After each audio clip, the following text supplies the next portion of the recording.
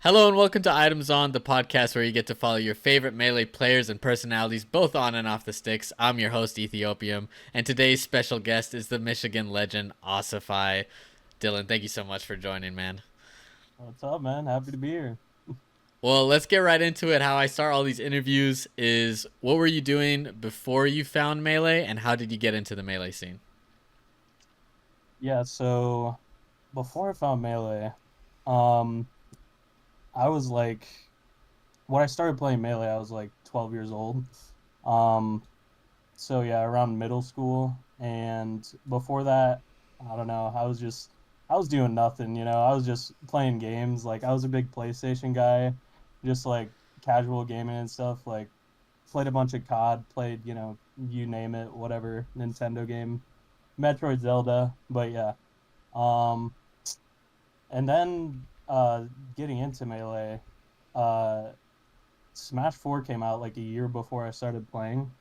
Um, and for the time, it was like late 2015 when I started playing. Um, so yeah, Smash 4 came out, and then I played that for like a year or so.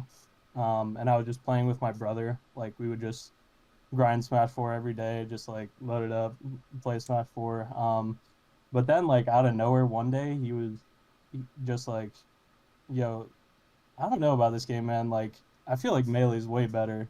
Like, I want to be able to double fair with Marth, because in Smash 4 you can only do one fair, Mm-hmm. if you short hop. And he's like, dude, I just want to be able to like double fair with Marth. So I was like, okay, well, let's play Melee. And then yeah, we got out Melee, or like he ordered another copy of Melee, and yeah, we just started playing that instead. And we were like, wait a minute, this game is way better.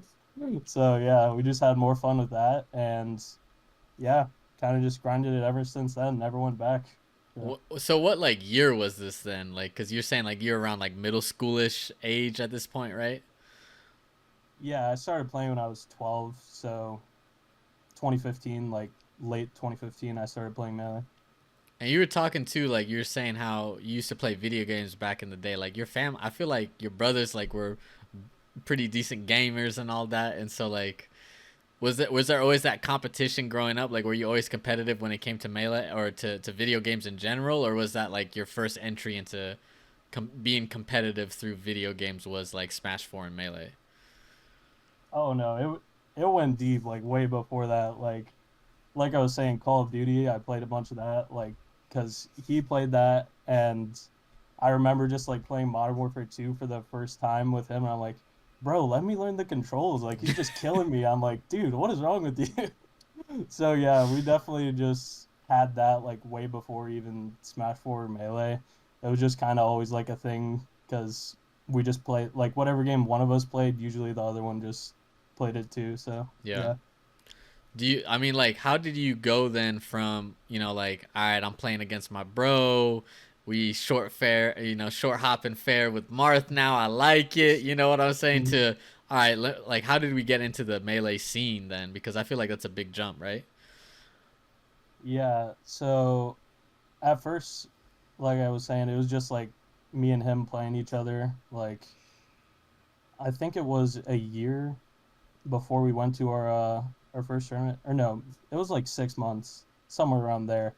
But I think he ended up finding like the Facebook group for like Michigan Melee or something, Mm-hmm. and then we he was just like, oh wait, there's like tournaments for this game, like. And then our first tournament was Sweet 23, I believe, which was actually like a pretty big one now that I think about it. Because that was like the one where Armada was coming in and everything, and it was like super hype. So yeah, that was our first tournament. Kind of just found out about the scene through like Facebook and stuff, and yeah, just went to locals and stuff from there. So yeah. And how old are you when you going into Sweet, which is like for those who don't know, like a legendary Michigan tournament series, like you said, had Armada come through, like a lot of people back when the big house was like more integrated into the UMich system. Mhm. That's when like Sweet and Sweetmeats and all those were like taking off. And so you're showing up there like what, like 13, 14 years old, just young, Yep, young I was bossify 13. dude. Yeah, I was 13 and my tag was not even Ossify back then. It was Clutch. That was my old tag. And Clutch. I changed it. Yeah, so That's a if you go sick back and tag, look at those actually, dude. brackets, you like that tag? I like it, dude. That's what I had for like all my like PS3 or whatever playing COD. That was my tag, but I just ended up changing it because I was like, bro, it gets annoying when like you're playing COD and then like you lose a round and you're like your teammates are like, bro, why didn't you clutch, man? Your tag is clutch. Yeah. And I was just like, bro, if I'm playing melee and my tag is clutch, I lose a game five, bro. I'm getting clowned on. You know? Where did you come with So Ossify then? Because it's now like a legendary tag. I feel like. yeah, it's kind of not that much of an interesting story. I was just like I was 13, like I said, and I was like, I kind of want a new tag because I don't know. I just didn't like the old tag as much anymore. So I was just like I just like looked through random words. Like I looked through a dictionary or something Yeah. and I was like I was looking with my brother and I was like, dude, I don't know what I'm gonna make my tag. And then I think he pointed out to me as like, dude, wait, Ossify, that would be a sick tag, bro. I was like, I don't know. And he's like, dude, think about it. Like grand finals, bro, like Ossify versus Mango, that would be crazy. I was like, maybe you're right. So I kind of just rolled with it and yeah, there's not a super deep meaning behind the tag. I respect it. I think it sounds sick. That's really the only thing that a tag should be is does it sound sick? We don't need the Yeah, backstory or anything to it. It's like, is it that dope? was pretty much that was it pretty much. So when you were going through there, like going through the sweetmeats, going to the locals through like Facebook and all that at a young age, did you know then, yo, I'm gonna try to like really be beast in this game? Or were you just like, I'm just having fun, my big bro's taking me to tournaments? Like what was the mindset of a young Ossify back then? Or a young clutch, I guess, you know?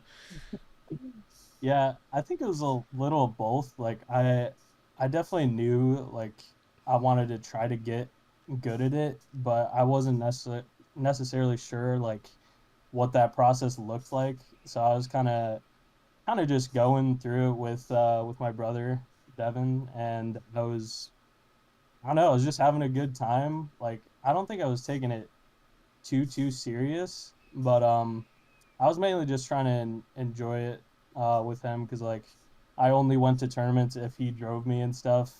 Because I was 13, obviously. Um, but yeah, I don't think I don't remember when I started taking it super serious. I think it was probably around 14 or maybe 13. But I think it was when I started like getting into net play and everything. Mm-hmm. Like I found Anthers, for example, and I just like grinded that super hard. I was just like, okay, yeah, this is a game that I can like grind and like the time I put in will definitely like show if I try to get really good at it. So yeah. Have you always been like sort of like a grinder, I guess then? I mean from an early age being like willing to be like, bro, I'm trying to commit. I'm trying to grind to a game. I feel like is pretty like it's really telling of your character, I feel like a little bit. Yeah, I don't think I'm like I don't think it was always like that. I think that's kind of been like more of a recent development because I kind of just like I used to just go from game to game, like whatever I'm feeling at the moment. Like, there's been a lot of times during my like almost 10 years now playing Melee, which is crazy, Yeah. where I just like it wasn't even the main game I was playing. Like, I would get distracted with something else and be like, okay, I want to try to get really good at this because I'm having more fun at it.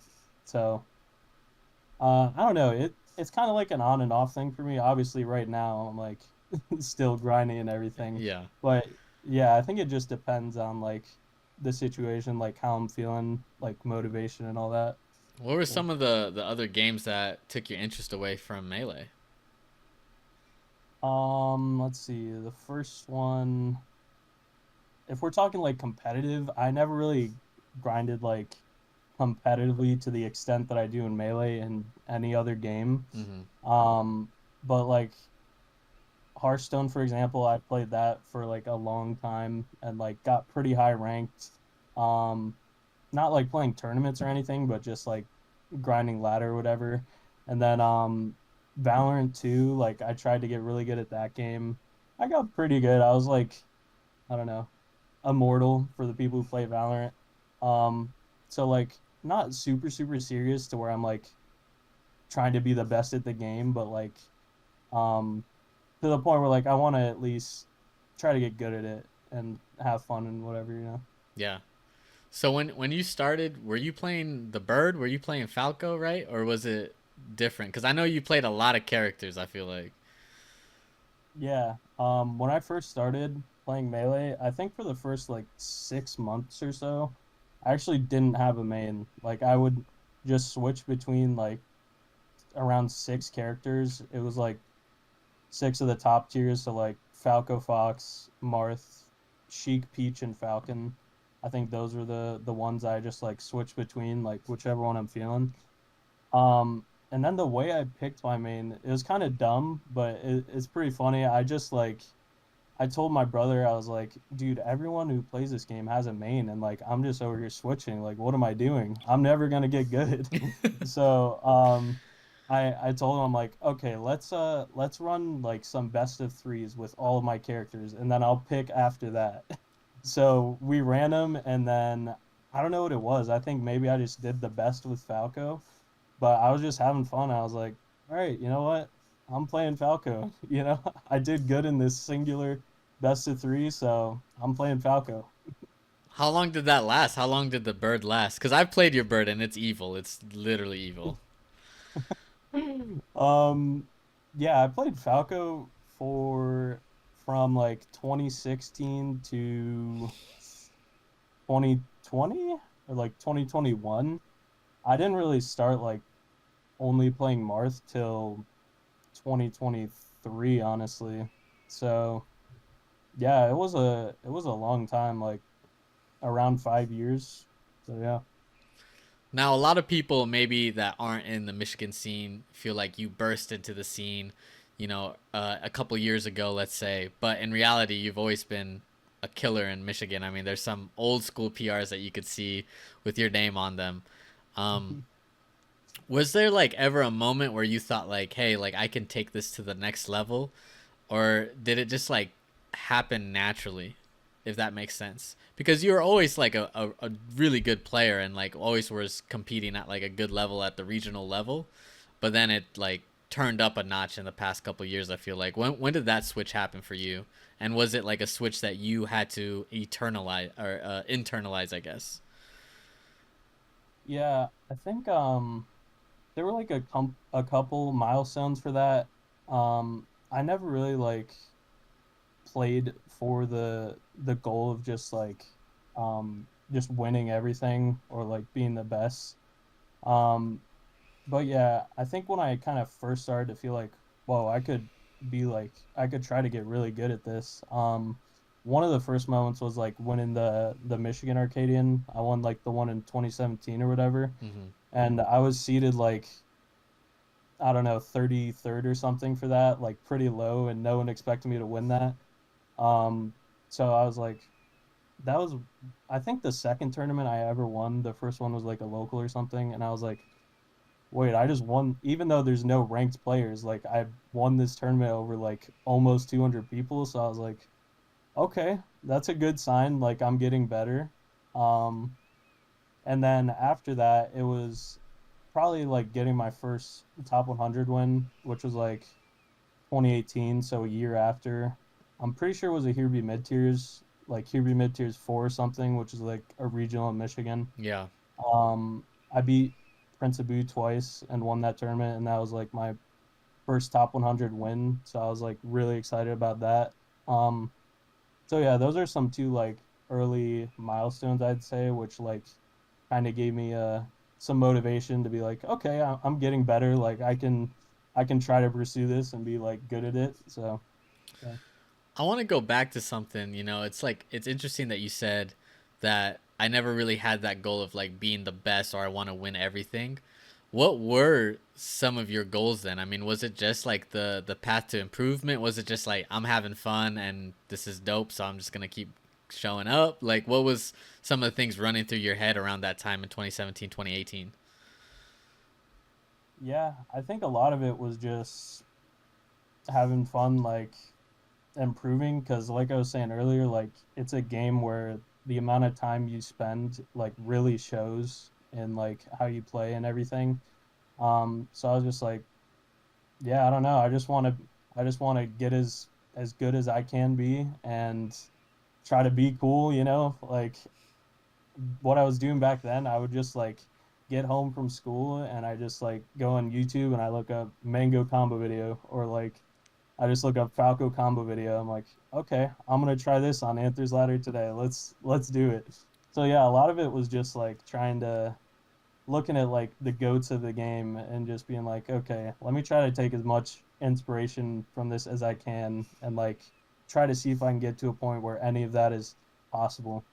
Um, but yeah, it wasn't like I did obviously think about like, wow, wouldn't it be crazy being like the best in the world at this game? I feel like everyone has had that thought at some point or another, or like they dream of winning a major or something. So there was definitely times where I'm just like, dude, should I try to like be the best in the world or something? But yeah, obviously that goal is just like, you know, for a 14-year-old, it's like, okay, not super realistic. So I kind of just focused on my grind and like, you know, just watching combo videos, trying to be cool, trying to get better. That Yeah. was pretty much it for me. Yeah. Who were some of the people back then, that shaped who you were as a player? Because like growing up in the community, it could be intimidating, it can be challenging, and it can also be a blessing, depending on how you look at it. Who were some of the people that were influential to you? I'm sure your brother, for example. Yeah. I mean, my brother, without him, I wouldn't be playing the game. So, Yeah. um, yeah, obviously my brother, and then um, in terms of like the Michigan community, I think one of the first people I like started talking to that was really good was Ginger, Mm-hmm. and I like really admired him because like I'm playing Falco and I'm from Michigan, and this guy is like one of the goats of Falco, and he's also from Michigan. So I'm like, yeah, I was watching his streams all the time, like trying to learn whatever I could, and I still do. Like I was watching his stream yesterday. I'm like, dude, this guy is so nasty. Yeah, he's sick. Um, yeah. But yeah, Ginger was a big one. Mango, obviously, like I was saying earlier, like that was that was like my main material, I would say, is Mango. I would just like watch all of his stuff and just like try to take whatever I could. A lot of people say that like Mango isn't a good source for like necessarily trying to copy or like learn from because he's the goat. Like so copying his playstyle or whatever he does, like you're not really gonna be able to do it, but I still think there's things you can take like out of his gameplay and whatnot. Like I would just like watch his stuff and be like, okay, even if I can't do all of this, let me try to take a little part and see if I can like get that down. Um, so yeah, Mango, uh, PPMD, another one of the Falco goes. It was honestly just like a lot of the Falco players where I was just like, holy, these guys are incredible. Like I want to try to be like them. So yeah, those are three big ones I'd say. So what made you switch it up then from Falco? Because I mean, like, the bird is the word. It's killing right now, right? You're doing all, winning the arcade, winning all these tournaments. What made you be like, you know what? We're going Marth. Yeah, I never really had like one moment in specific where I was just like, okay, it's time for me to switch to Marth. Like I'm done with Falco. I don't want to play this character anymore.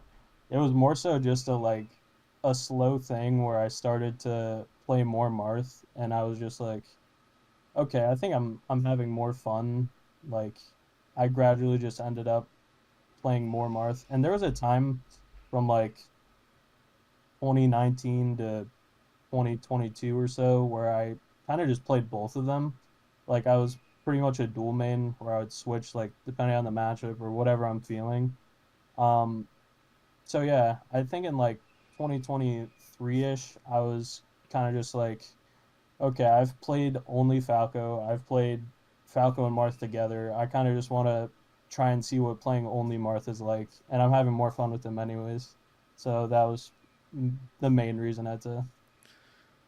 You say a lot, like I feel like fun is a big driver Hmm. of, which it should be, right? That's how video games should be. Is that like fun is what drives like what you do. Can you like break down, maybe this is a dumb question, but can you break down what you find like fun? Like what when you playing the game, whether it be with Falco, Marth, Sheik, whatever character you playing, or any game in that, man, whether it's Valorant, whatever. What are some of the things that you find like fun? Ooh, that's a hard question. I don't know. I think for Melee, um, it's just like trying to do new stuff, I guess. Mm-hmm. Like that's not all of it, but that's a big one, is just like trying to expand your arsenal like every day for me, like whatever it is. So with Marth, for example, like just watching a Zane VOD and seeing something and being like, I've never tried that. I want to try that. So I play someone and, go for some crazy dumb edge cancel thing. I'm just like, wait, I hit it. That's the thing Zane does. And that's fun for me, is just like finding those new things and being able to do them like consistently, like no matter what the character is. That's a big one for me. And then I think just like another thing for fun for me is the variety. Like I feel like Melee has so much variety. And that's kind of why at first, like when I started the game, I played so many different characters. Like I was playing six characters at once. And eventually, I stuck to one or two. But that's always been kind of a thing for me in games where like I just like trying out like all the different characters or whatever it is, like modes, whatever. That I think that's a big thing that keeps me interested. Even now, like I still don't only play Marth. Like I'll go on unranked or something and just play whatever character I'm feeling, like Peach, Sheik, whatever. Um, so yeah, I think the variety in games is also a big thing that keeps me interested. I want to ask you a question. So you like you saying how you play all these characters and that variety is, variety is the spice of life, as they say. Uh, Mhm. a lot of people will be like, "Oh, if I'm trying to get better, if I'm trying to improve, I gotta play one character. I gotta grind this character, and really focus in on that." As someone who's like literally the most improved player voted on last year, which is so funny, you know. That is funny. Yeah. Man, it should have been like the Emmys for you or whatever. You should have been up there with a suit on. I like to thank Tim. I like to thank, oh, that's the homie negative and all that. Anyway, sorry. Ethiopian, thank you. Yeah, dude, no, I don't deserve a shout out, bro. They start booing, boo, dude. Yeah, bro. You That. deserve all the shout outs. Thank you, man. I need that. Thank you. I appreciate that. I got Nah, you. for real though. Like, do you feel like you playing all those different characters and having fun with all those different characters really influenced, you competitively, or do you feel like if you just stick with one character, that would have helped more? What's your thoughts on that? I do think playing multiple characters helped me a lot for motivation, because like I think like only playing one character, that's all you do, at least for me, like it can get exhausting. Like even if it's just every now and then, I like to switch it up. Um but yeah, I think in like the theoretical perfect world, if you're trying to take a player who's like never played Melee and like get them from day one to best player in the world, probably sticking to one character is like the best move for improvement. Um, but like it's never that simple or like that black and white, I'd say. Like different people have different motivations, like different ways of having fun, obviously. So I'd say like if playing multiple characters is what keeps you interested in the game and like helps you be motivated to like grind or whatever, then like go for it. Like if you want to do that, you should do it. But I do think there's definitely merit in like sticking to one character, because like most of the best players in the world, they're like top 100 players or whatever, have one character, right, that they play. Yeah. Um, so yeah, I don't know. It's hard to say how that affected me super early on. Um, I think like being a dual main and everything for like that time period where I played Marth and Falco, maybe I would have been way better now if I stuck to one of them. But since that was the way that like I liked to play the game and I had the most fun, it kept me playing and like motivated. So yeah, I definitely don't regret that. Whatever like keeps you motivated to keep playing, I'd say is the best. Let's talk about that a little bit. Let's talk about motivation. You know, as someone who's like grew up young in the game, played so much melee, you know what I mean? Like you put in some hours in this game, right? And especially with COVID and everything, was there ever a point where you're just like, it's time to move on, or did you ever feel like burnt out in the game at all, or has it always, because you've been mixing it up, has it always just been like, nah, I just like the game, I'll play some other stuff on the side? But like, what's your like, have you ever really like gone through it with the game where you're just like, I'm done, dude, this ain't it? Yeah, I don't think I've ever had like a moment where I'm just like, okay, I'm gonna quit this game. Like, I'm not having fun anymore. But there's definitely been periods of time where like it's not my like main focus or even main game that I'm playing. Like, I think from 2020 to like 2021, um, I didn't enter that many tournaments. It might have been like one tournament. I mean, obviously COVID impacted that and everything, but even for like online tournaments, I didn't enter that many. Mm-hmm. So there's definitely been times where I'm just like, you know, I'll take a break. Like I don't need to be grinding right now. Like it's not the most fun thing. But I never like decided like, okay, I'm just gonna, you know, quit permanently, obviously. Um so yeah, I've definitely had those periods of time, like I was saying, where just it wasn't the most fun thing or something was demotivating me. Like controllers is a big one. Like I had a period of time where I was just like, bro, I can't find a controller I like. The ones I like keep breaking. Like, bro, I'm just taking a break. Like I don't want to deal with this right now. Yeah, Like I could play Valorant and just chill with my mouse and keyboard. Like I'm good. But yeah. yeah. Do you? I mean, like when it comes to motivation, I think one thing that like really inspires me is like your mentality, right? Like I never really see you like whether way too happy or way too angry after a tournament. Like you're always like very even keeled, and I feel like competition sort of does the opposite for a lot of people, including me. Like as someone who loves competition, like it really brings like the emotions out, you know, because it's high pressure and it's high risk, high reward, and you're really putting your ego and your heart on the line. And with you, I just feel like you just locked in, you chill, and then whatever happens, happens. Like, is that really what's going on in the head of Dylan? Or is it the same as us mortals? Like, is it still like, bro, I'm freaking out right now, it's last stock? Or is it like, oh, dude, I just got knocked out of this tournament by this scrub, I'm gonna jump off a bridge? Like, like, how are you able, because it's like, even with that answer that you just gave me, where you're just like, yeah, sometimes I just take a break. You know what I mean? It's just so simple. Like, is that the key to life? Is it to keep it simple? What is the secret, man? You know, like I guess my question is when it comes down to it, like with the competition, how are you able to keep an even keel, and how are you able to deal with the pressures, especially now that you're top 30?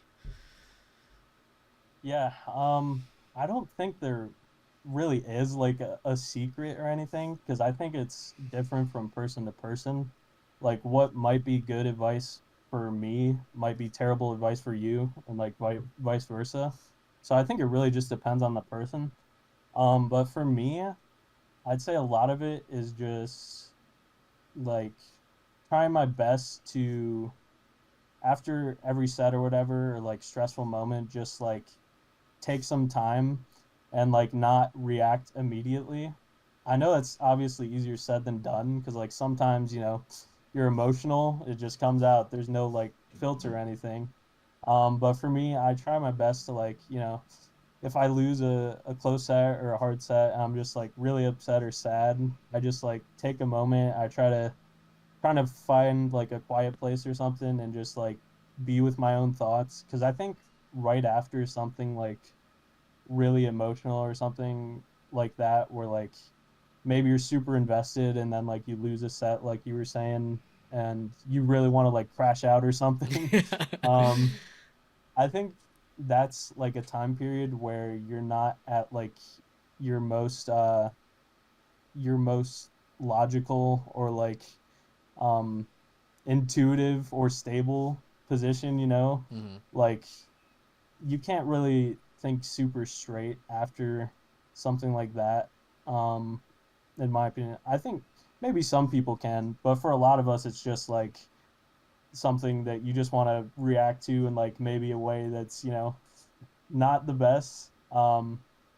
But yeah, for me, I think it's just about taking that time after um like whatever it is that's upsetting me or making me sad, like um just take a little time with myself to kind of think about it and really internalize like, you know, what I what it was that made me, you know, react that way or like want to react that way. Um yeah, so I'd say it's just about like being with my thoughts and being okay with like whatever outcome it is, like even before you play the set or whatever it is, like just kind of internalizing all the outcomes, like win or lose, and just Hmm. like kind of being mentally okay with that. It's interesting you said there. You're like, I'll take that time and I'll try to figure out what made me feel that way. And I think that's like a really good point. Like, do you feel like that allows you to grow through your losses? Like, cause like as someone who is known as the improver, right? Like, do you feel like taking that time out and just taking a second and be like, all right, I'm tilted because I did this or my opponent did that or I fumbled this or they fumbled that, whatever. Do you feel like that's something that you internalize and you can grow off of, or is that more just like a coping mechanism, I guess, to not throw the controller through a wall? Yeah, it might be a little bit of both, honestly. Yeah. No, but I think it definitely does help, at least for me, because I don't know. I think just like self-reflection is super important, and like I was saying, the way you feel right after um like the set happens might not be how you'll feel in like 20 or 30 minutes. Like you might start realizing things that in the moment you were just like not paying attention to, if that makes sense. Hmm. Um so yeah, I'd say just like try my best to be like calm about things, like win or lose. Like I think that's super helpful for me because I just need that time to not like usually I don't want to talk to people necessarily too afterwards because like I trust myself, but I don't want to say like anything that I wouldn't say like 20 minutes, 30 minutes later, you know? Yeah. So like I try my best to just like, you know, get to a quiet place by myself and just like kind of think about it and just be with my thoughts. So but that's just me. Like I said, that might not work for everyone. You know, some people maybe crashing out is a good thing, you know? Like they need that motivation or that amp up to just be like, you know, screw all this. I'm gonna beat everyone and lose it or something like that, you Yeah. know? So that's just me. Yeah. Items on does not support any violence to any Yeah. controllers, to any players. No, no, I feel what you're saying though. Some players like Save the controls. yeah, dude, for real, dude. We've seen some spike controllers, so we know what's up, but Yeah. how Dude, do if I you ever spike a controller, it's raps for me. really dude, I've never done it before. I know some homies that have. Me neither. The only game that's made me ever I've played CS, I played Melee, poker, whatever. The only game that's ever made me tilt like that is chess. I broke a mouse once. I like slammed Oh, on my dude, cause I just moved, dude. I'll be up, I'll be about to win, and then I misclick and I move my coin. Anyways, oh, dude, this that's the interview is worst. not about me and my sorry ass chess skills. You know what I mean? We'll just leave it away, dude. We need that at some point, though. I want to hear about your chess One day, experience on dude. rank. Dude, ontheboard.com or something like. We'll have to start a new podcast, dude. That'd be fire. I'd watch. Let me ask you a question though. You know, like I feel like you really like said some incredible things about introspection, especially about the self.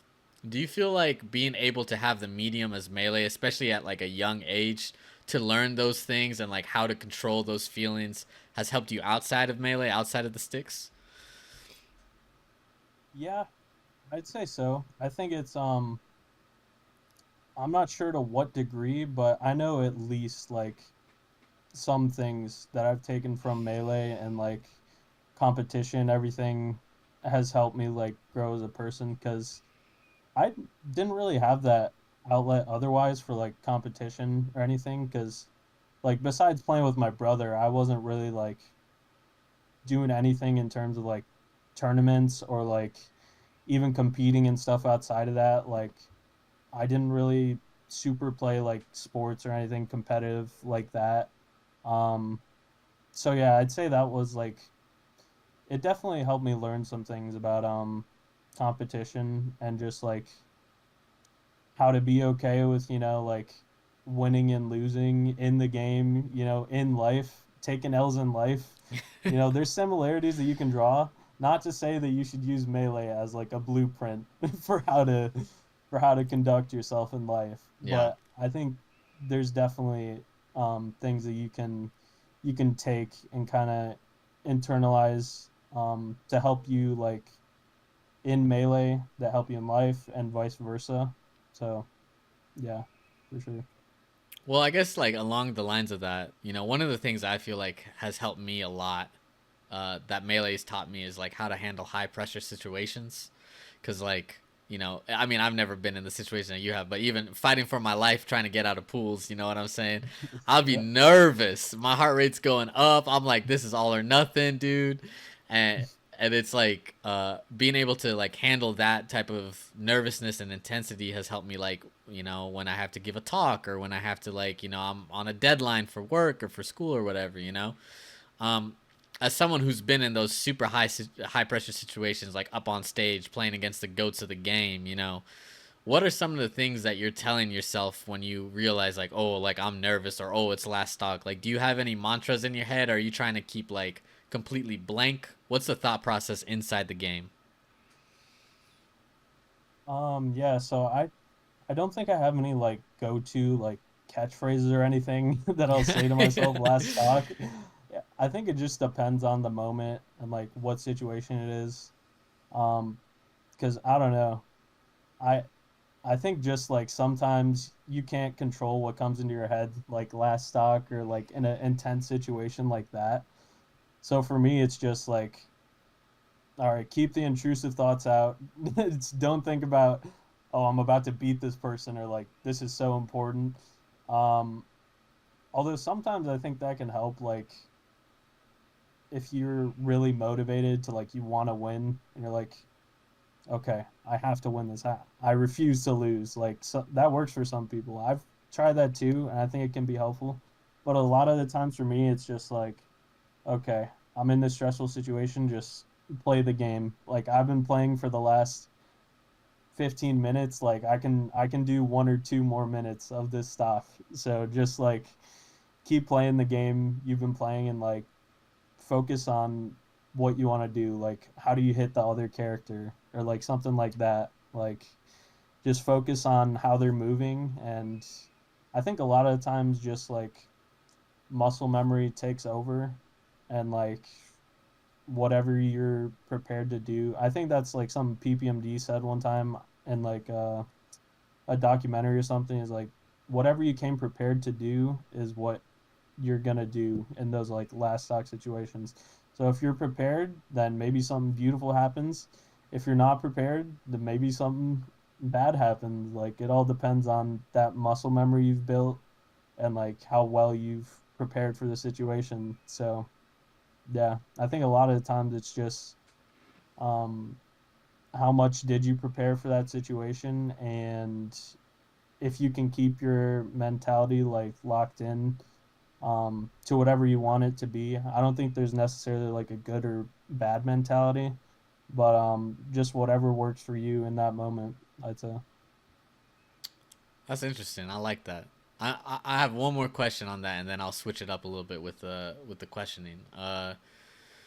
Do you feel like for you, do you put more importance on getting the reps in order to prepare yourself for tournament, or is it more like I need to put myself in pressure situations, whether that be like playing ranked or money matches or playing in the locals or whatever? What helps you feel like the sharpest? For me, I'd say it's more so on the end of getting reps in. Um, I think putting yourself in high pressure situations is good, like to get that experience. Um, but yeah, for me, I'd say it's just like working on tech skill or whatever it is that like I'm feeling that I need to get better at. Um, because those pressure situations, like I don't know, I feel like at this point I've been in so many of them that I'm just like, okay, I know what this feels like. I know what I'm getting myself into. That a lot of it is just like improving myself in the game so that like when I'm in those situations, I can just do what I need to do and like try to play the best that I can. Nice. Moving along a little bit. I want to talk about your Marth. We talked a little bit about the Falco. Do you feel like the bird translated any to the Marth? Do you feel like they play similar, play different? I've played both of them. I'm too dumb to really understand both of them. They just go right over my head. They just whip my ass and get rid of me. So, like, do you feel like you've taken some of the stuff from your lessons as a Falco player into Marth? Yeah, I'd say for sure. I think when I played Falco, I was a pretty like grab heavy Falco, which is kind of weird. Because obviously Falco's grab or throws aren't the best. And you don't usually see Falcons doing that. So I definitely have had my moments where I'm just like, or when I did play Falco, I was like, why do I play Falco? I grab so much. What am I doing? So I think you can definitely see some of that, or maybe not see that, but that was like a factor for me in like kind of playing both of the characters. Like when I played Falco, I was like, okay, I'm doing my thing, and then I played Marth, and I was like, wait, my grabs are actually doing way more now. This is sick. You're like, whoa, I'm So killing off of this. This is crazy, yeah, dude. I was like, I didn't get 17% off my grabs. This is Yeah. sick. Um, but yeah, I've definitely taken things from like both characters, like across like um, what's an example? Maybe laser for Falco is kind of like the down tilt for Marth, like kind of just that neutral poking tool where you kind of just set the pace and stuff like that. Um, and I think just from watching so much PPMD that, and he plays both characters obviously, so I've kind of just like studied and taken so much from him um, that I feel like both characters are like they're kind of similar in certain ways, but I don't know. Like they're both a little slow. They have super good neutral. Um, but yeah, I'd say there's not a ton you can see like in my Marth because I don't know. I feel like not a lot of people have even seen my Falco, so Hmm. they don't even know what it's about. But yeah, like I was saying, um, I don't know. I just like being able to grab. Yeah, that's it. Dude, they don't need to see the Falco, bro. That thing is a terror, bro. That thing is, oh my god, that thing is so scary.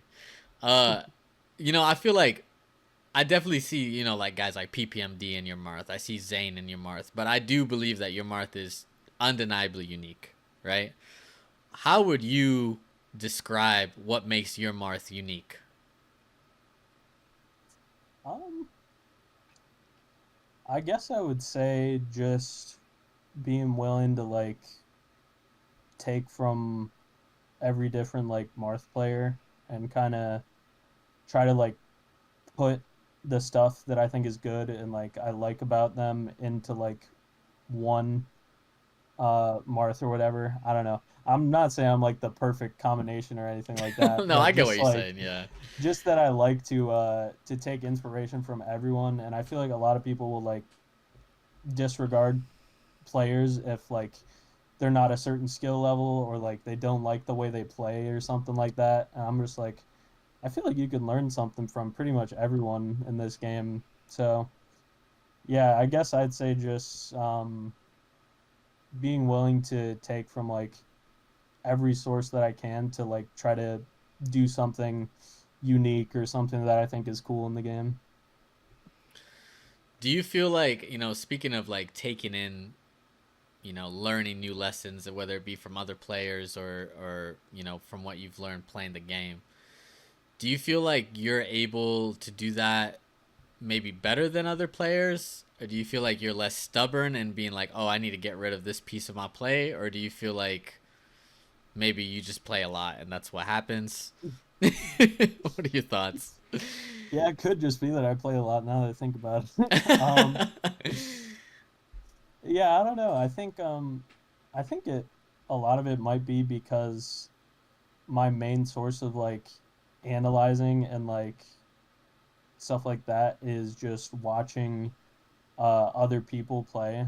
Like Zane, for example. Like most of the time I'm watching Melee is just looking at Zane VODs or like watching his stream or something and seeing what I can take. And a lot of the times it's someone else too, like Mango, Jmook, whoever, or like another Marth player that's super good.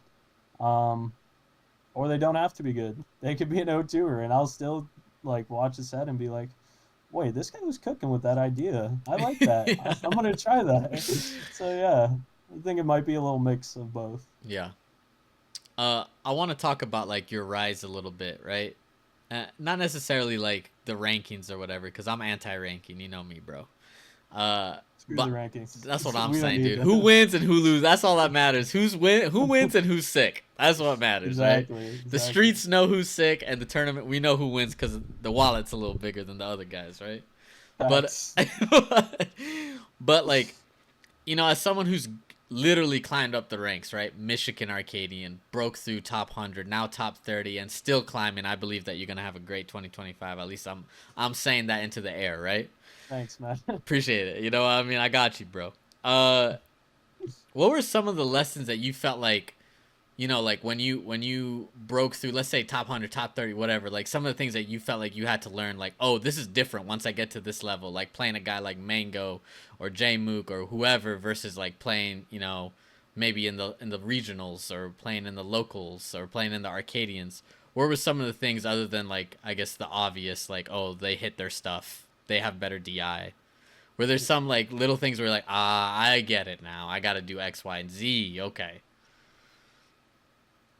Yeah, I think there's so much to cover there with like the little things that the super top players do different than like everyone else. Mm-hmm. Um, but yeah, for example, I think like just playing someone that's at that level, like Zane, Jmook, whatever.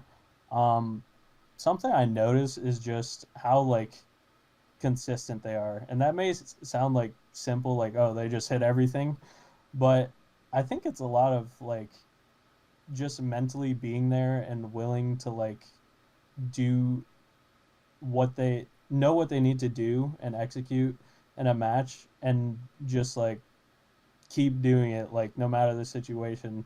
So like for me, for example, I feel like at least when I started, my playstyle was like super inconsistent, and it still might be probably to a certain extent. Mm-hmm. I think I've gotten better about it, but a lot of times I'll just do like random stuff like that I just think might work, and sometimes it works, but a lot of times you just die. And I think at like those higher levels, it's just way harder to get away with stuff like that. Um, so yeah, I've kind of tried to internalize like that type of consistency that like someone like Zane has, for example, Mm-hmm. where just like you're playing the set and like throughout all of the set you know what you have to do, like your go-tos, and just like not doing, going for crazy stuff all the time necessarily. You can still do swag stuff, but I think just like um keeping it consistent, and like when you watch like those super top players, I feel like it's really evident with like just how consistent they are. Like they just they don't mess up stuff, and they go for similar options, but they convert off of it like almost every time. And I think that's super big. Yeah. I feel what you're saying there, cause like like Mango does this really well. Mango does everything really well. But it'd be like he'll be in some scrap situation where I haven't really seen it. I've never really like caught in it. He just has the right answer, and I'm like, how did you? A, how did Yeah. you know what the right answer is? B, how did you recognize it so quick? Another player like that is J Mook because I feel like Sheik maybe is like more, like with Falco it's a lot more complicated. I feel like, and Sheik's like more XYZ. But then J Mook will be in the situation and just bust out this crazy shit that I didn't even know she could do, and I'm like, how did he know? And so I sort of feel what you're trying to say, and like add that with that consistency factor where they're hitting that every single time when they're in that situation and they're killing you off of that. It's just a lot more Right. brutal. Like I feel you on that. It's so much to deal with. It's insane how they do it. Yeah. I don't know. They're so good. Moving on a little bit into the future, like what do you think are some of the things that you want to work on in this 2025, right? You've had like this monster past couple years. You really like solidified your name in the scene. Like, what are some of the things that you want to work on specifically in your game that you think are going to take you to that next level? I think right now, as far as like mentality, I'm trying to work on like, I don't know, I guess wanting to win. That sounds kind of weird, but like a lot of times I'm playing and I'm just like, okay, let me try to let me try to do something cool. Let me try to, play really good. But I think a lot of times I kind of start too late into a set Hmm. of like getting into the mentality of like I want to win and like I have to play good. A lot of times I just like kind of forget that I'm in a tournament and I'm just like messing around doing some shit. I'm like, oh, I'm down 2-0. I forgot that I'm in a tournament set. So I think yeah, that's a big thing is I gotta like try to get into that mindset sooner of like, okay, these are I'm playing against like some of the best players in the world, so I really gotta like lock in from like that first moment, and just like be there mentally. Um, and I think another thing that I've gotten better about uh, over the years, but it's still there, is just like kind of breaking that mental barrier of like allowing yourself to win or like thinking that you can win. So a lot of times when I play for someone that's like super good, like top 5 player, top 10 player, I'm just like, dude, yeah, I don't know about this one. I don't know if I'm good enough. Like while I'm playing the set or even before. Um, and I think while maybe it's like realistic sometimes, I don't know how much good comes out of that. I think if you can sort of break that mentality and be like, okay, I can if I play good, like still beat this person. I think that's really helpful. You don't have to think you're like favored or anything, but at least give yourself like a chance of like winning, right? Like thinking that you have the ability to do it. So I think that's a big one for me. It's interesting you say, like, at least with the first point where you're just like, I need to come off the rip and be like, I'm trying to win this thing. Because it's like, I interviewed like a lot of other people who would be like, I'm trying to win too hard and I just gotta like relax and just like let my play speak for itself. And you almost have like the opposite problem. Uh, I think that's really interesting. Like, do you feel like the game is just too much fun for you and you're just like, bro, this is sick, like I'm just trying to hoop type deal? Or is it like you're just not like focusing? Like what, it's an interesting conundrum because I feel like if you're like way over focused on trying to win, like it's not only can you get in your head, but maybe you do win, but you just didn't have as much fun. And I know how much fun means to you just by talking to you in this interview, right?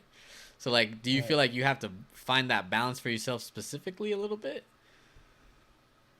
Yeah, I don't think I'm at the balance yet. Mm-hmm. I'm still trying to kind of find it between like having fun and wanting to win really bad because I know that's a lot of people's like thing is like you said they can only think about winning and like, oh my gosh, what is this going to mean for my my ranking, or what are other people going to say if I beat this person or lose this person. Yeah. um and I've definitely experienced that at times, but I think for me, like you were saying, it's kind of the opposite sometimes where I just like I kind of zone out in a way, not like in the game, but like mentally. I'm like, okay, I'm just playing melee. Like, let me just let me just do whatever I do at like 2 a.m. or something when I'm playing. Like, so I think I kind of do need a little bit more of the opposite end of the spectrum where it's like, okay, I'm in a tournament. Like, I still gotta try really hard to beat these people because they're super good at the game. So yeah, I think I could use like uh some more on that end where I'm just like super try hard, like, locked in. Maybe not all the time, but at least a little bit. I got a question for you. I ask this question a lot in my interviews, but it's about legacy. A lot of people, legacy is really, really important to them. They want to be, remembered as someone who accomplished X, or someone who's the greatest, or someone who, dominated their region, or whatever. You know what I mean? And it's like what drives them. And if they don't accomplish that, or if someone, upsets them, like you said, like, oh, it gets in their head. What does legacy mean to you? Do you feel like that's important to you? Do you want to be remembered as X or Y or Z, or is it more just I'm here for the ride, for Ossify? I think to an extent, legacy is important to me. Yeah, I think, um, I don't know. It's not something I've thought about too deeply, but I've definitely had moments where I'm sure a lot of people have where you're just like, huh, I wonder what it's going to be like, 5, 10 years from now. Are people going to talk about me at all? Am I like, are they going to forget about me or something? Um, but I don't know. I try not to think too much about it because I feel like so much of it is out of your control, Mm-hmm. where like you can try your best, to win everything and like build your legacy, but um, at the end of the day, like what happens is gonna happen. Like no matter how much you think about your legacy or whatever like that. I feel like those talks with like the all time top 100 or like top 10, it's just like everyone has a different opinion. You're never gonna have everyone like you, and you're never gonna have everyone hate you. Like it's usually gonna be somewhere in the middle of like, and also people like believing in you or whatever. Like whoever thinks you're good, whoever thinks you're like washed or whatever, like some people are gonna think you're really good. Some people are gonna think, you're never gonna win anything again. So I think a lot of it is just, not super productive to think about. Yeah, I feel that. What do you feel like is productive to think about then when you're thinking about these esoteric thoughts? If I'm even using that word right, I was trying to seem all fancy and shit, but there you go, egg on my That was face. these. Thanks, bro. But like, what are um some of the things that you look, whether you look back on or you look forward to, and you think like, yeah, that's dope. um I think like being able to remember the tournaments I'm going to and like the experiences is like, if I can disregard how I did at the tournament and still be like, okay, I had a great time. That was like definitely worth it. I think that's big for me. Um, but in terms of like the results and everything and like thinking about the future, um, I don't know. I think it's just so hard to tell like what's gonna happen and like what your trajectory is going to be like. That like for me, I think I'm just trying to think about what I can do better, like just whatever I can do to get better at the game or better in like any aspect of life that will also help me. So like something like mentality or like getting better sleep or something. I think those are like good things to think about in my opinion, just cuz like they'll help you on and off the sticks, if that makes sense. Yeah, dude. Thanks for using the slogan, dude. I I appreciate that. got you, bro. That's so funny, dude. We're out here, bro. I guess last melee question.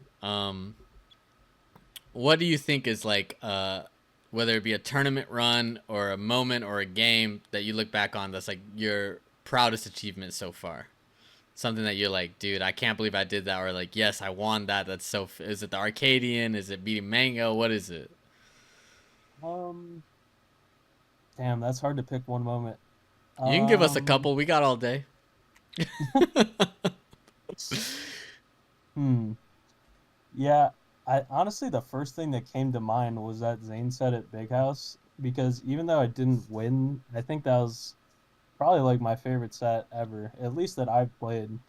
Um, I don't know, that was just like such a surreal experience because before then I didn't really have like that super like top player like experience with like a crowd cheering or anything like that, and that was kind of my first like experience of like wow, people are actually watching this and like caring about this, like, and a lot of people too. It was insane. So I was Yeah. just like, I don't know, that moment is feels like it didn't happen in a way. Like that's something that I would dream of and be like, oh, that was a cool dream. Like, um, but yeah, everything about that experience was just awesome. And then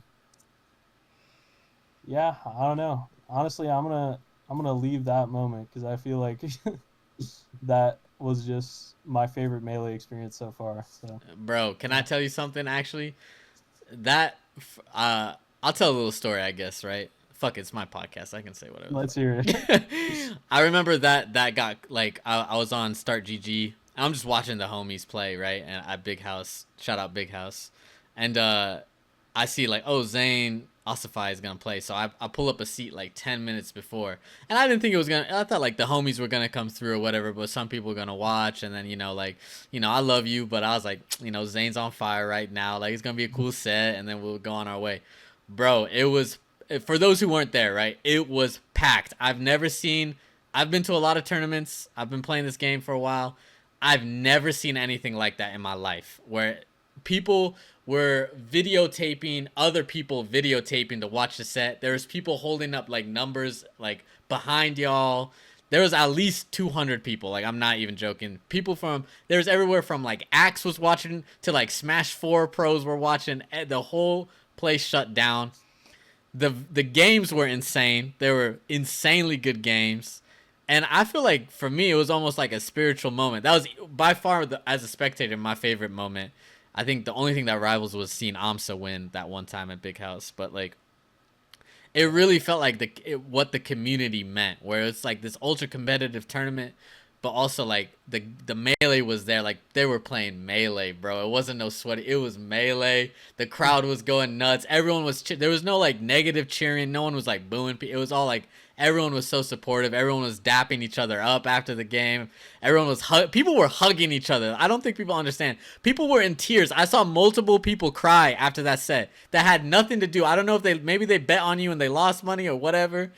But I mean, there was like it was emotional. It was like a spiritual experience. So like, I just want to thank Zane, thank the Big House for that moment because I agree that moment was insane, bro.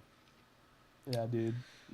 Dude, I forgot you were like right next to me I when that was right happened. next to you, dude, and I was trying because I'm all about like I love when the crowd goes crazy, but I'm trying to like I'm not trying to like get in your head. You know what I'm saying? Because I'm like, bro, because you were up, and I was like, this about to do this shit. Sorry for the Lakers. I was like, yo, you know what I'm saying?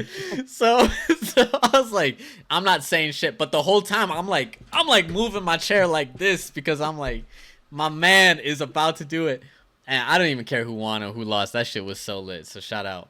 Switching That's it what up I'm a little saying, bit, man. bro. I gotta switch it up because this is about both on and off the sticks. We want to get to know you a little bit outside of the game. I see the cat there. Shout out the cat. You know, are you a cat guy? You're a dog guy. I assume you're a cat guy. Who's that cat? Both, bro. Dude, I And love cats now. No, that's my cat, Destiny. She's the goat. dude, Yeah. I'm already in love. Honestly, she's been straight chilling. She just sleeps in my bed all day. What are you gonna do? She's a chiller. Dude, what are some of the things that you do to chill? Are you sleeping in the bed all day when you're not playing melee? Are you going out? What are you doing? Dude, honestly, a lot of my chill time is just like hanging out with my family and my friends whenever I can. Um, like going to movies, whatever, just like spending time with the people closest to me. Um, Yeah, I don't know. Music too. Big music guy, even though I can't play instruments super well. I used to be able to.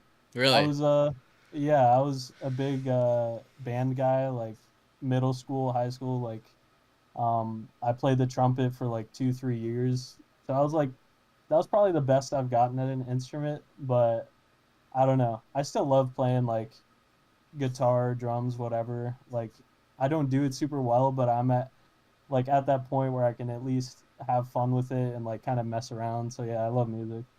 It's crazy because so many melee players are music people too. Like they either like grew up playing an instrument or they play an instrument now.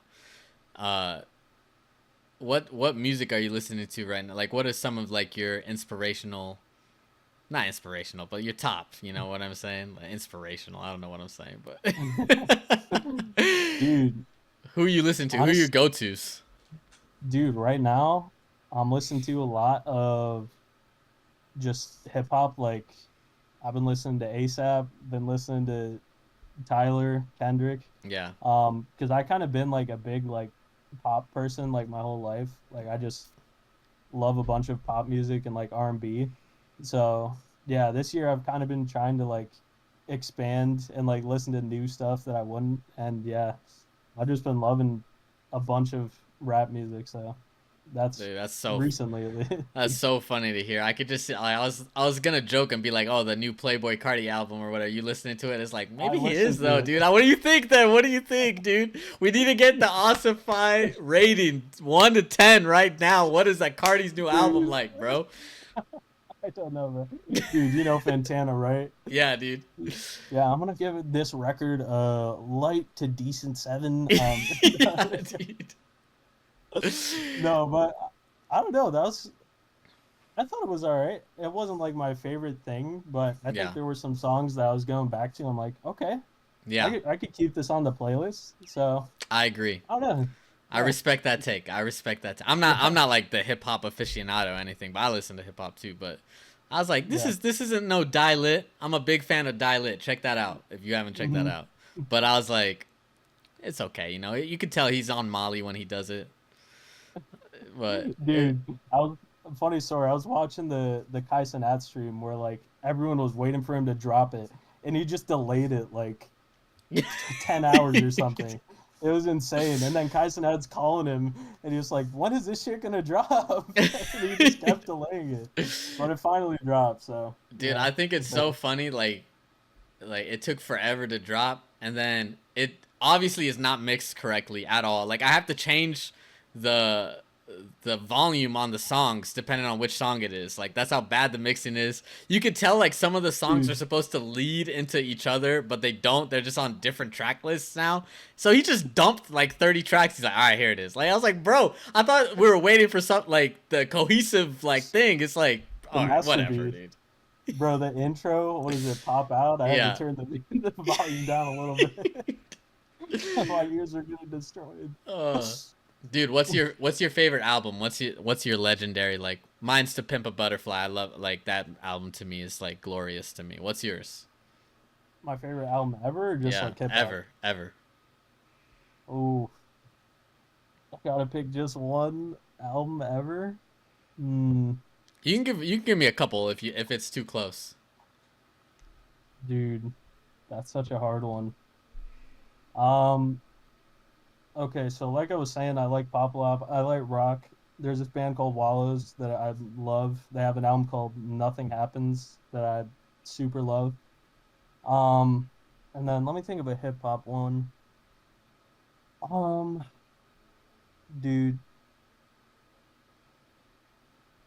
honestly, Good Kid, Mad City, probably up there. Great I album, fuck with dude. that so heavy, bro. I love that Yeah, album too. It's if I great. had to pick, give you a hip hop one too. I'm a Kendrick stan, so I can't like any all of it's good to me. You know what I mean? I Yeah, yeah. respect it. Do you still play other video games? You're talking about how you played Valorant 2 and stuff. Are you still grinding other games on the side? Yeah, yeah. I think Melee definitely like the main one right now, but yeah, I still play other stuff. It's also just like whatever other people want to play usually, Yeah. because that's how it's kind of always been for me. Is just like I'm not really picky with games. Like whatever the homies want to play, or like my brother, I'll just play it with them. So like if they're playing Valorant, I'll play Valorant. They're on CS, okay. I don't want to play CS, but I'll play CS with you. So Dude, why like, not CS? Did you play Valorant and over CS, bro? Come on, man. bro, I thought you're the homie, man. I don't know about bro, come that, on, dog. bro. Listen, they're both good. It's just I don't know. Whatever the homies are playing, I'll play. Dude, I tried Valorant. It was too much shit on the screen, man. I didn't know what was going on, honestly. I truly did not know what's going on. Bro, seeing the superpowers, was like, what's going I just on? quit out. Honestly, I was playing. I was like, what is? It was like a dog running at me or so. I was like, nah, we're done, dude. We're done. That's funny. I Bro, you. respect it though. Thank you. I appreciate it, bro. You're talking about you grew up playing COD. What's the best COD? This is a big. Black This is Ops 2, probably the bro. most important question I've asked you. What did you say? Dude, it's Black Ops 2. It's gotta be. All right, I respect that. It's wrong, Bro, but what I are you gonna respect say? that. You're gonna say Modern Warfare 2? Of course. What are you Of course talking you about, are. dude? That shit's lit, That's a dude. respectable answer. I wouldn't be mad at that either. Do you play the Dude, campaigns? I've played a couple, but I usually don't play them. You gotta be playing the campaigns. Never mind. I was gonna say, what's the best campaign, bro? That's COD Dude, 4. That's the right answer. Okay, man. I respect that take. I respect it.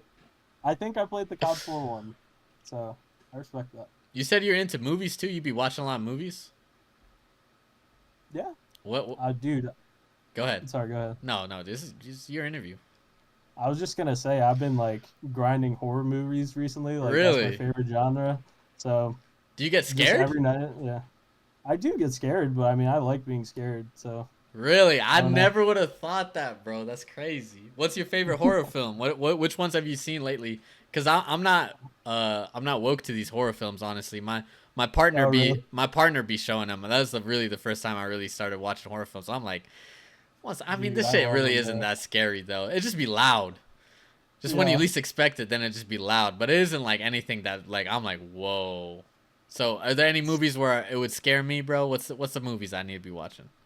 A movie that would scare you? Hmm. What's the one where you had to go and hug I, Destiny in the bed? You had to curl up. You're like, bro, this shit scared me. um, dude, what's a really scary one? I mean, I feel like everyone says it, but The Conjuring's pretty scary. Hmm. Hereditary's pretty scary. I don't know if you've seen that one. I don't know if Um, I have. what else? The Nun is pretty scary. I don't know. A lot of that like just like supernatural stuff I feel like can be pretty scary because it's not just like the jump scares or whatever. It's like pretty well done. Insidious too, that's a great one. Love Yeah, that one. I watched that one. I don't know if I had to pick like a favorite horror movie, might be Get Out, low key. That movie's so good, bro. That's a great Have you pick. seen it? Whoa, bro, you're out here. Dude, You seem like a woke person out here. You out here is like, oh, I love Good Kid, Mad City. I love Kendrick Lamar. I'm listening to hip hop. I like Get Out. Get Out's my favorite movie, dude. dude, I'm woke for that. That's crazy. In a Okay, good way, though. In a good whatever. way. You know what I mean? Okay, well, I'll take it. But I'll take I'm it. saying woke in a way that's not like before the alt right took it. I'm saying woke as a black man. You know, I was like, okay, Right, all right. right, the white boy from Michigan knows some shit. Okay, you know, like that. Dude, I'll take it, man. Thank I'll you. take it. That's all I can give you, honestly. You know what I mean? That's all I need. Yeah. All right, man. Honestly, that's. I think that's a great place to end it. No, actually, I got one more question because you're talking about the supernatural. Last question for Right. you, and it's a personal question. You know, you don't have to answer this, Are but ghosts real? yes. Is that the, I is that the God question? damn, let me ask the question, bro. I'm the interviewer, bro. I How am I got gonna it, make bro. my I got money, it. man? This is it. They're gonna fire me, bro.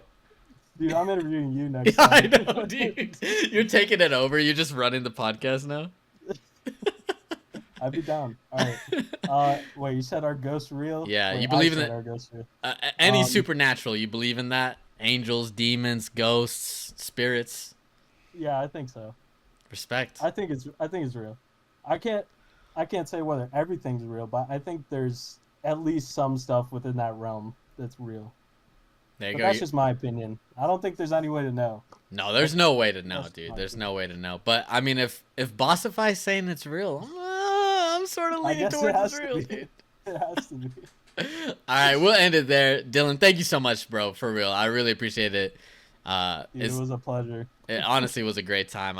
You got me out of my little question mode zone, and now I'm just talking to you like a homie. So, that's when I know I got to shut the interview over. This has been. Just grab a drink, man. I know, yeah. This has been Items On. I'm your host, Ethiopium. Our guest today has been the one and only Ossify. Thank you so much for listening, and I hope you guys enjoy your day.